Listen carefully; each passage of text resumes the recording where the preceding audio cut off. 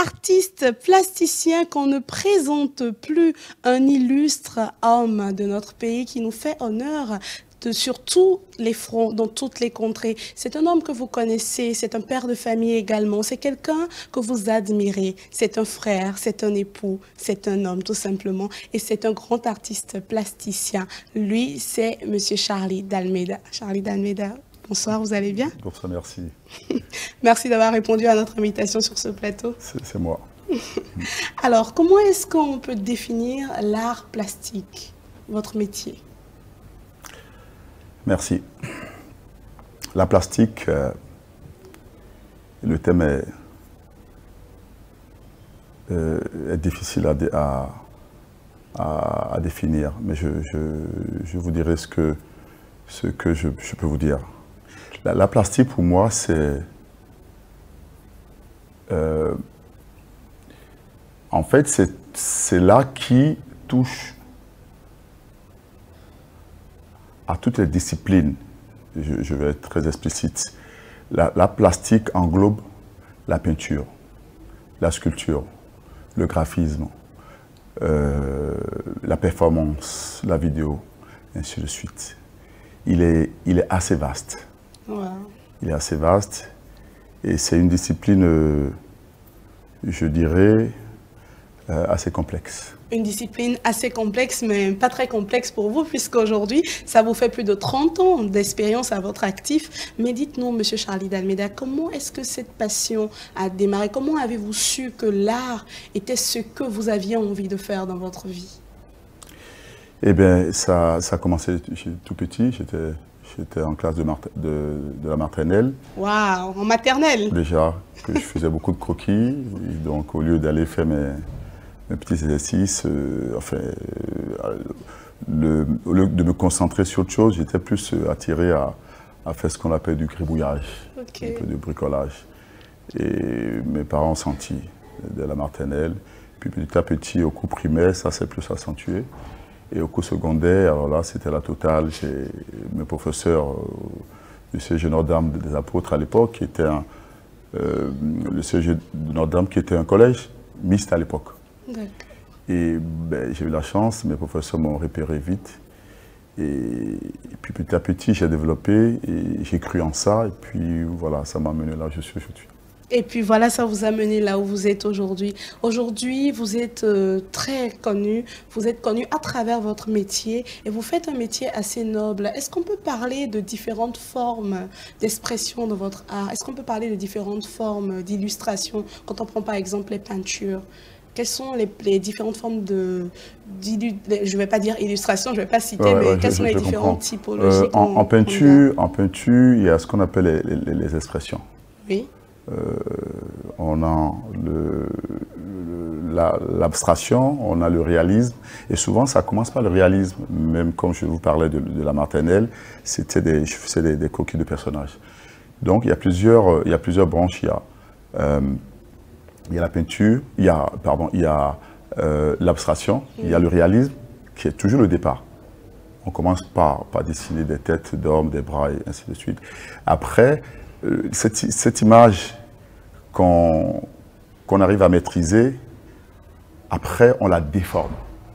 D'accord. Et c'est de là qu'on se retrouve dans l'abstraction. L'abstraction. L'abstraction, c'est cette image qui me permet, elle est brute, cette image, mais elle me permet d'aller un peu plus loin dans les formes et de décerner quelques formes humaines ou animales.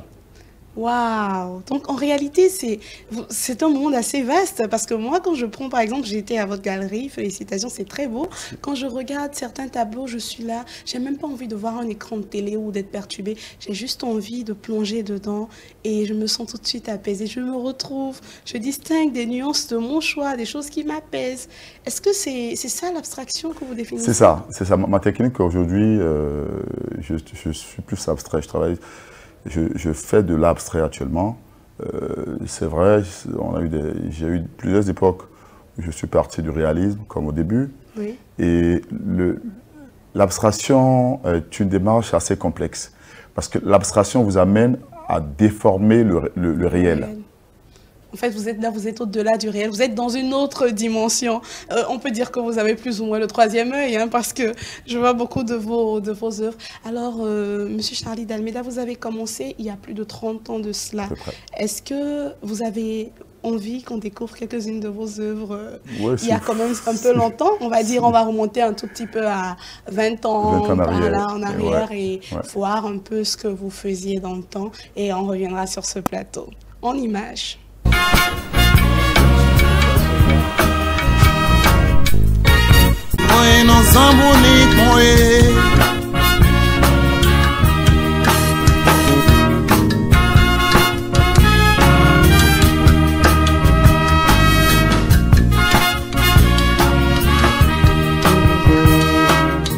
Eh bien, dis donc, vous avez fait du chemin depuis, mais on peut dire que là, c'était quand même déjà beau, il y avait déjà le talent, il y avait déjà de l'affirmation dans ce que vous faisiez.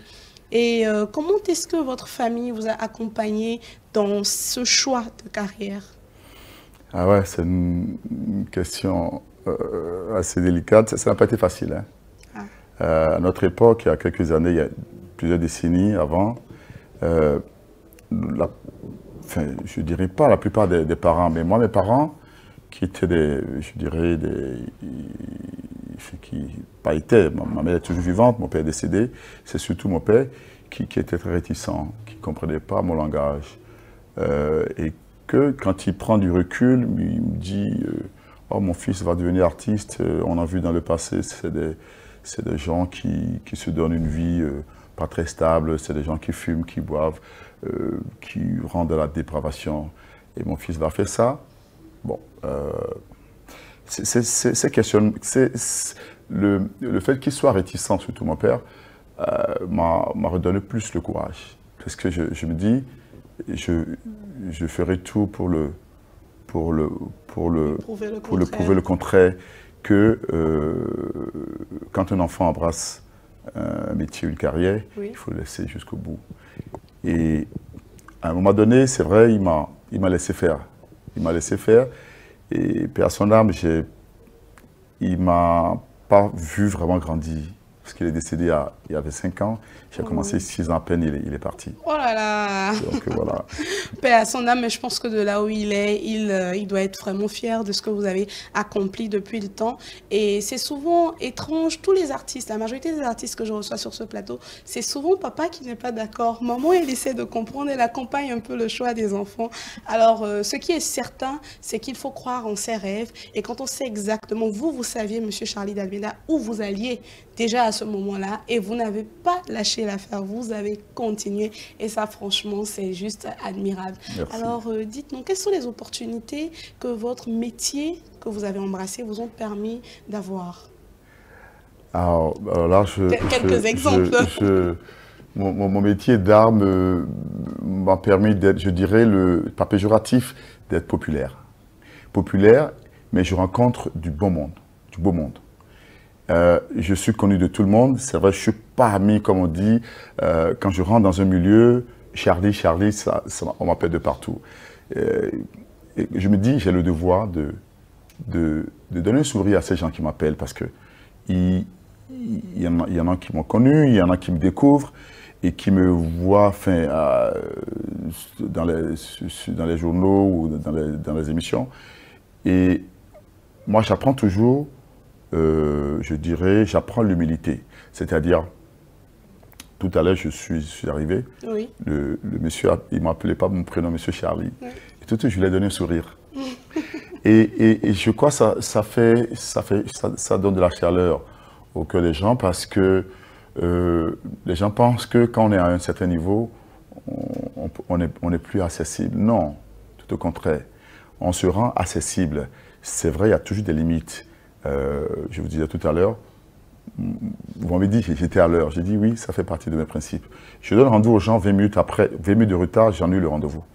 Je suis là, ils ne me voient plus et j'annule. Donc c'est des caractères, c'est des principes de base que j'ai adoptés depuis, et tout ça fait de moi ce que je suis aujourd'hui.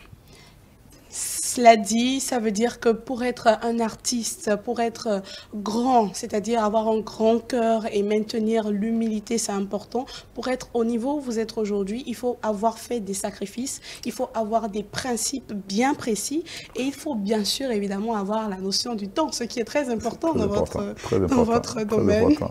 Tout est réglé. Ma journée est tracée sur un papier. D'accord. Et donc, tous les artistes, en principe, vous avez compris, je pense que c'est un mot, en fait, c'est un message très important et profond. Tous les artistes qui suivent en ce moment même, il faut apprendre à avoir de la rigueur dans tout ce qu'on fait, quel que soit le métier ou le domaine. C'est une très grande leçon, Monsieur Charlie d'Almeida. Alors, parlons des opportunités que vous avez pu avoir. Vous êtes devenu populaire, mais vous avez quand même fait des expositions de par le monde. Vous avez, vos œuvres aujourd'hui sont partout. N'importe où je vais, chez n'importe quelle personnalité aujourd'hui, dans notre pays où je vais, que cette personnalité soit un personnage politique ou pas, soit un personnage public ou pas, je vois vos toiles, même des personnes qu'on se dit, ouais, elles pourraient ne pas aimer l'art, ces personnes-là ont vos toiles, ne serait-ce qu'un tableau dans leur salon et qu'ils se plaisent à montrer. Moi, on m'a plusieurs fois fait le tour du propriétaire dans des maisons pour me montrer, ah, c'est l'œuvre de Charlie d'Almeida et tout, franchement, c'est un grand ami. Voilà, donc, je peux dire aujourd'hui que, Monsieur Charlie, votre métier vous a quand même permis d'avoir des opportunités. Est-ce que vous seriez à même de nous partager ces opportunités avec nous? Ben oui, pourquoi pas, c'est positif. Hein. Oui. Vous savez, quand on arrive à un certain niveau de sa carrière et qu'on respecte les gens nous respectent. Il y a toujours un retour. Aujourd'hui, je vous fais une confidence. Je suis beaucoup plus sollicité par mes amis et proches des artistes qui veulent ouvrir peut-être une porte qui n'arrive pas. Et j'arrive à leur ouvrir ces portes-là. Voilà un peu les opportunités, les bonnes opportunités. Aujourd'hui, vous êtes quand même un canal, en fait, pour accéder à des opportunités. J'essaye. Et justement, parlant d'opportunités, Monsieur Charlie, actuellement, je crois que vous travaillez sur un projet, n'est-ce pas? Mais avant de revenir sur ce projet, la discussion est tellement intéressante que j'en oublie même de toucher du doigt son métier. Alors, je vous en prie, à la régie de ETV sur Rencontres artistiques et culturelles, allons toucher du doigt les œuvres d'art de Monsieur Charlie d'Almeida et on revient dans ce studio pour la suite.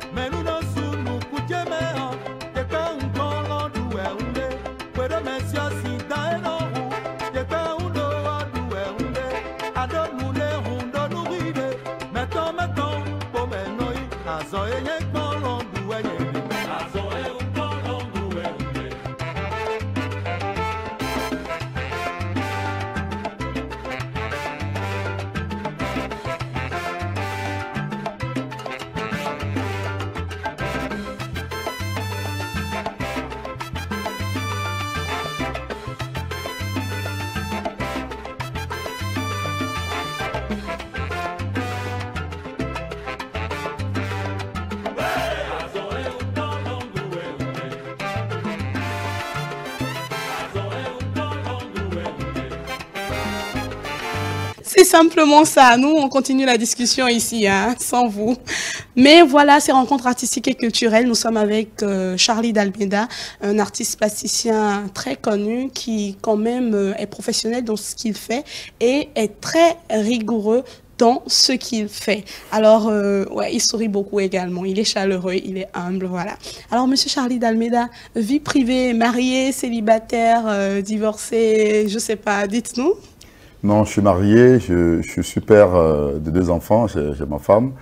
Et ils ne vivent pas ici, ils vivent à Orléans en France. Donc, ce qui fait que je suis en 2 avions, je fais où ils arrivent, où je vais les voir. Ah, mais voilà. Félicitations. Merci. En tout cas, on fait un gros coucou à la famille de Monsieur Charlie d'Almeida. C'est pas facile non plus. Je pense qu'une famille d'artistes, une famille où il y a un artiste devient une famille d'artistes et c'est une famille qui nécessite de s'entraider, de se soutenir en tout cas. Merci à madame et aux enfants de vous accompagner dans ce que vous faites. Vous faites la fierté de notre pays. Alors, Monsieur Charlie d'Almeida, revenons un peu à l'art et à ce que vous constituez aujourd'hui comme opportunité pour beaucoup. Comment est-ce qu'on pourrait parler aujourd'hui du projet sur lequel vous travaillez? Je veux parler bien sûr de Novart. Novart, est-ce que vous pouvez nous dire un peu ce qu'est Novart, ce que ça représente? Alors, pardon. Novart est un projet initié par, qui a été soumis par le nouveau directeur qui est arrivé, il s'appelle Stéphane Jamine, oui. qui est très très art. Et dès qu'il est arrivé, il s'est renseigné, je ne sais pas qui m'a orienté vers lui, et il m'a appelé, il m'a dit, tiens, il a un rêve. C'était la naissance de Novat. Et Novat, c'est en fait c'est un concept qu'on a créé ensemble pour non seulement permettre aux artistes connus de se mettre en lumière, mais aussi aux jeunes talents de se révéler, qu'on découvre leurs œuvres. Donc le projet a commencé depuis octobre 2020, où j'ai été choisi pour présenter la première expo. Félicitations. Merci, qui vient de prendre fin. Et j'ai proposé 2 jeunes, Sébastien Bocor et Nathanaël. Sébastien qui est un sculpteur qui commence à être connu. Yama Diakor aussi qui commence à être connu. Donc on est en train de présenter leurs œuvres durant 3 mois au Nouveau-Tel. Et après, ça va être le tour de d'autres artistes. En fait, j'ai proposé qu'on fasse un binôme. C'est-à-dire quand on prend un peintre, on prend un sculpteur. Pour montrer les 2 variétés, la diversité. Et donc voilà, moi je souhaite que ce projet fasse, je dirais, long feu, que ça dure, parce que ça donne l'opportunité. On a beaucoup de demandes. On a beaucoup de demandes au point où on est très sélectif. Et quelle est la durée, la période d'exposition au Nouveau-Tel par rapport à Novart? Comment ça se passe? Quelle est la période d'exposition? Les jeunes nous envoient les dossiers. Ou de façon pratique, quand je découvre le travail d'un artiste qui me parle, oui. Je le propose au comité. Et surtout à M.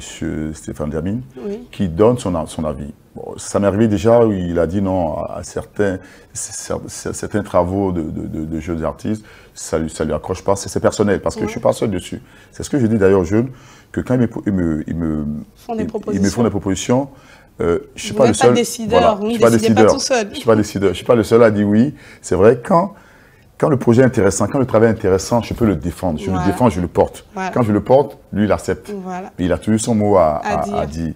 Donc, l'expo dure 3 mois pour les 2 artistes. Et puis, là, on est en train de faire notre sélection parce que c'est quand même... C'est une expo qui... La préparation prend du temps. Prend du temps. Il faut sélectionner les artistes. Il faut regarder les œuvres. Il faut suivre les œuvres, qu'on les encadre, les sculptures, qu'on les met, que tu sortes et tout.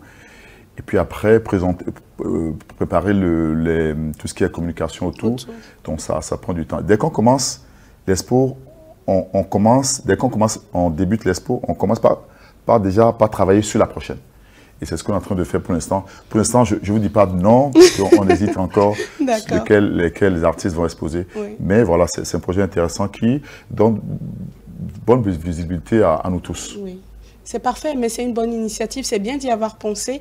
En tout cas, c'est bien de tendre la main aussi à la jeunesse qui est en train de venir et qui aspire un jour à être comme vous. C'est très bien. Félicitations pour cela. Merci. Alors, comment ça se passe pour essayer de rentrer en contact avec vous, pour participer à l'exposition? Il faut aller sur votre page Facebook, sur votre compte LinkedIn, Twitter. Quelle est la démarche à adopter pour envoyer des CV? C'est plus mon collaborateur, Steven Adjaï, qui s'en occupe. Oui. Mais, enfin, voilà, les gens écrivent, ils connaissent le numéro de la galerie, parce qu'ils savent que je suis le directeur artistique. Oui. Donc, ils appellent le numéro, ou sur mon propre numéro, je décroche, ou sur le numéro de la galerie. Et on leur dit de déposer le dossier. Parfait. Après, on regarde, comme je vous ai dit, je ne suis pas le seul à regarder. Oui. Et quand le travail accroche, le reste se fait tout seul. Voilà, on les programme. On les programme tout seul. On a une longue liste d'attente. Waouh, oui, évidemment. Alors, très chers tous, on va plonger au cœur de la galerie de M. Charlie d'Almeida, une fois encore, et on va découvrir cette fois-ci ces belles sculptures qu'il fait. Et de retour dans ce studio, on fera la nuance entre le pont qu'il a su bien faire avec les peintures et la sculpture, ce qui n'est pas toujours évident. Tout de suite, s'il vous plaît.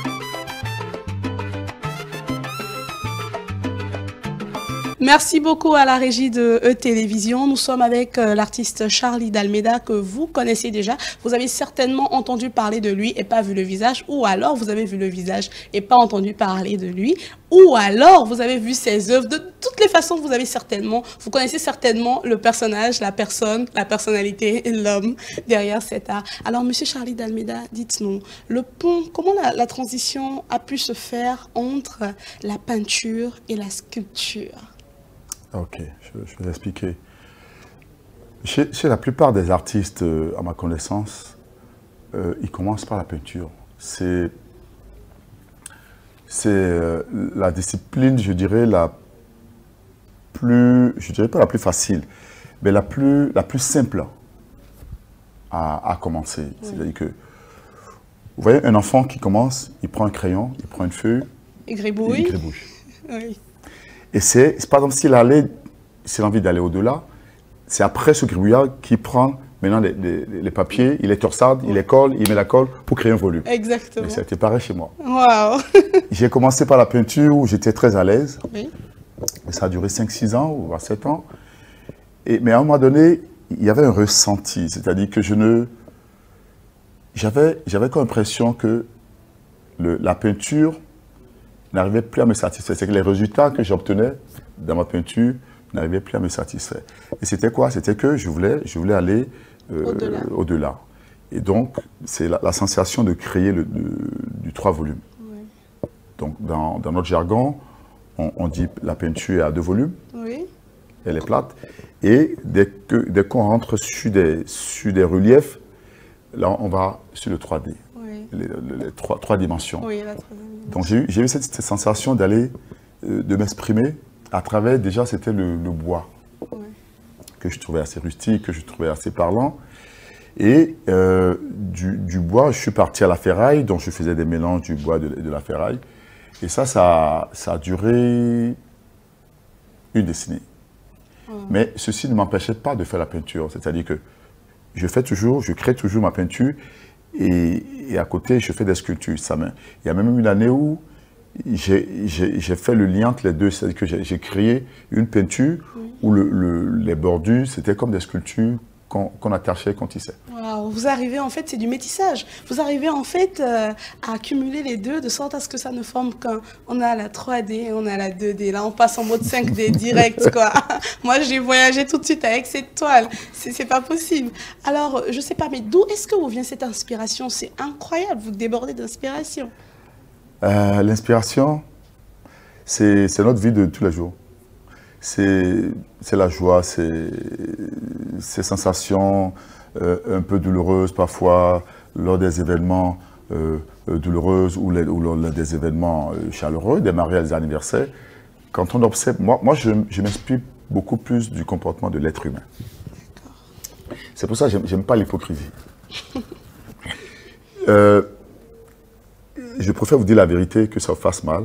Et que je me dise, bon, voilà, je l'ai sorti. Bon, moi, je me suis libérée, voilà, je lui ai dit quelque chose qui lui apportera un plus. Donc, voilà, ces éléments qu'on regarde, qu'on observe chez l'être humain tout ça, ça m'inspire. En fait, les émotions au quotidien vous inspirent. Waouh. Alors, Monsieur Charlie d'Almeida, si vous avez un mot à adresser à la jeunesse actuelle qui aspire à faire de grandes choses, la jeunesse qui fait de l'art tout simplement dans toutes les dimensions possibles, c'est le moment de leur porter votre message. Tous ceux-là qui vous prennent comme modèle, tous ceux-là qui vous connaissent et qui vous admirent dans l'ombre ou en lumière, c'est le moment de leur adresser votre message à travers ce plateau de rencontres artistiques et culturelles. C'est à vous. Alors, je me permets à tous mes fans, à tous ces jeunes qui, à travers moi, ont envie de rêver, je leur dis toujours d'avoir le courage. Et d'avoir le courage de faire ce qu'ils ont envie de faire, de ne pas avoir peur de mettre la peinture sur la toile, de ne pas avoir peur de mettre le maillet dans le bois. Quand ça ne prend pas, on va chercher. À force de creuser, on sort toujours quelque chose de potable. Mais à part ça, il faut avoir un comportement. C'est-à-dire que dans ce métier, il faut être déterminé, il faut savoir où on va. Et respecter le prochain, être humble et écouter surtout ce qu'on nous dit parce que les gens nous regardent. Les gens nous regardent. Et parfois, on peut mal faire des choses. Mais quand on nous fait des reproches, qu'on prenne le soin d'écouter et de mettre ça en pratique. Et avec cette persévérance, on ira toujours loin. Les gens nous regardent, on est toujours observé, quoi qu'on fasse, où qu'on soit, c'est important, c'est bon à savoir, c'est bien de le noter. C'était notre invité Charlie d'Almeida, Monsieur Charlie d'Almeida. La galerie Charlie d'Almeida est ouverte pour vous. Elle est située dans la rue de l'école libanaise à Zango, je dirais, en face de la BOA. Et la galerie est ouverte et elle est prête à vous recevoir, à vous accueillir. Elle est très belle, vous l'avez découverte en image sur cette émission. L'entrée est gratuite. L'entrée est gratuite et accessible à tout le monde. J'y suis allée et j'ai eu droit à mon paquet en sortant. Allez, portez-vous bien. À bientôt pour un nouveau numéro de rencontres artistiques et culturelles. Portez-vous bien.